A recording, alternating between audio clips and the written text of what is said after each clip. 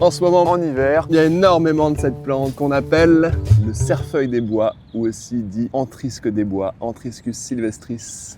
Une plante de la famille des Apiacées, au même titre que la grande ciguë, qui elle est mortelle, mais aussi que le nante safrané, la petite ciguë ou encore la ciguë vireuse. Mais les 4 plantes mortelles n'ont pas de poils du tout nulle part. Alors pour trouver les poils sur le cerfeuil des bois, si on n'en trouve pas sur le pétiole, sur le rachis central ici, on va chercher vraiment sur la feuille et on va trouver un petit duvet de poils très courts. Ça, c'est la principale différence avec les mortelles, mais vraiment, il y a une forte ressemblance. Vous pouvez aussi retenir que le cerfeuil des bois a un pétiole triangulaire avec un canal.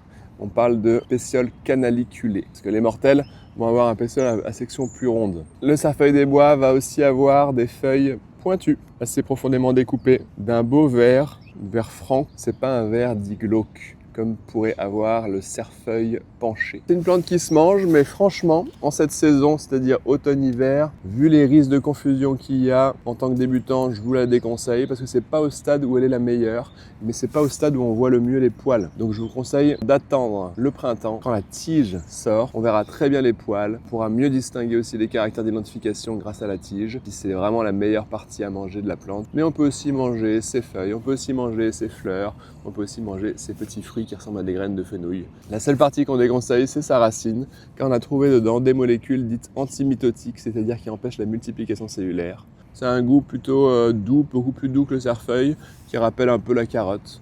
Un petit mélange entre carotte et épinard, je dirais. Voilà une confusion possible. Le cerfeuil penché, Caerophyllum temulum, qui a des feuilles d'un vert glauque, c'est-à-dire un vert gris. Il a les bords extérieurs moins pointus, et il a surtout beaucoup plus de poils sur le pétiole, sur le rachis, sur le dessus des feuilles, sur le dessous des feuilles, vraiment de façon homogène. Et c'est un peu moins profondément découpé également. Bon, le cerfeuil penché, qu'on appelle aussi cerfeuil des fous, n'est pas comestible, mais on ne sait pas s'il est toxique non plus. Quoi qu'il arrive, il faut respecter la règle numéro 1 et ne pas se tromper quand on fait de la cueillette. Être sûr d'avoir bien identifié sa plante. D'où l'intérêt d'attendre le printemps, où ce sera plus facile, parce qu'il y a quand même plus de différence, je trouve, au printemps. Quand il y a la tige du cerfeuil des fous, sur la tige, il va y avoir des points bordeaux qu'il n'y aura pas sur la tige du cerfeuil des bois.